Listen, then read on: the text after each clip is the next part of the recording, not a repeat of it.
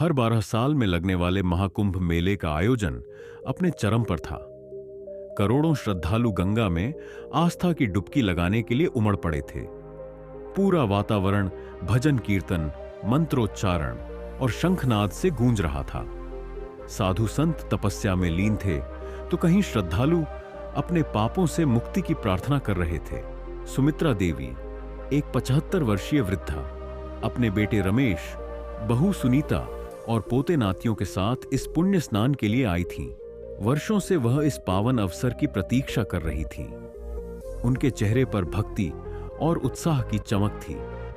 सूरज की पहली किरणों के साथ ही सुमित्रा देवी अपने परिवार के साथ गंगा के निर्मल जल में प्रवेश करती हैं।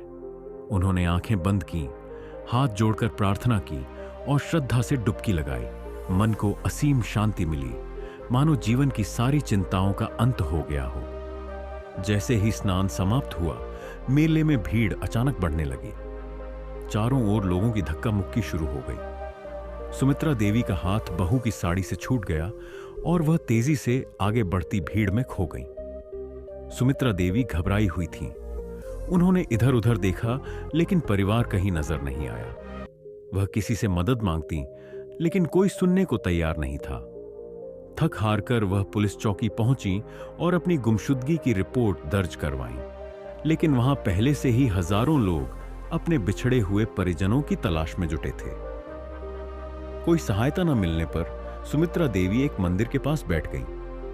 भूखी प्यासी, थकी हुई, उन्होंने आंसू पोंछे और भगवान से प्रार्थना की कि कोई उन्हें उनके परिवार से मिलवा दे। कुछ दिनों बाद मेले में अचानक भगदड़ मच गई। लोग इधर उधर भागने लगे। इस हादसे में कई लोगों की मौत हो गई। सुमित्रा देवी का परिवार, जो कई दिनों से उनकी तलाश कर रहा था, जब इस खबर से रूबरू हुआ तो मान लिया कि उनकी मां भी इस त्रासदी का शिकार हो गई। भारी मन से वे घर लौट गए, लेकिन किस्मत को कुछ और ही मंजूर था। सुमित्रा देवी अब भी जीवित थीं। एक समाज सेवी उनकी हालत देखकर उनके पास आया। उसने उन्हें खाना खिलाया और उनकी कहानी सुनी। उसने उनकी तस्वीर खींचकर सोशल मीडिया पर साझा की और पुलिस की मदद से उनके परिवार को ढूंढने की कोशिश की। आखिरकार रमेश को अपनी मां के बारे में सूचना मिली।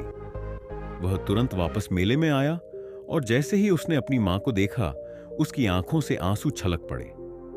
मां और बेटे ने एक दूसरे को गले लगाया और सुमित्रा देवी ने भगवान का धन्यवाद किया। सुमित्रा देवी अपने परिवार के साथ घर लौट आई।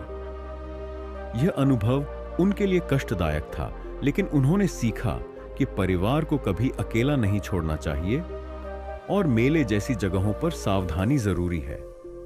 उनकी आंखों में संतोष और हृदय में आस्था थी कि मां गंगा ने उनकी रक्षा की।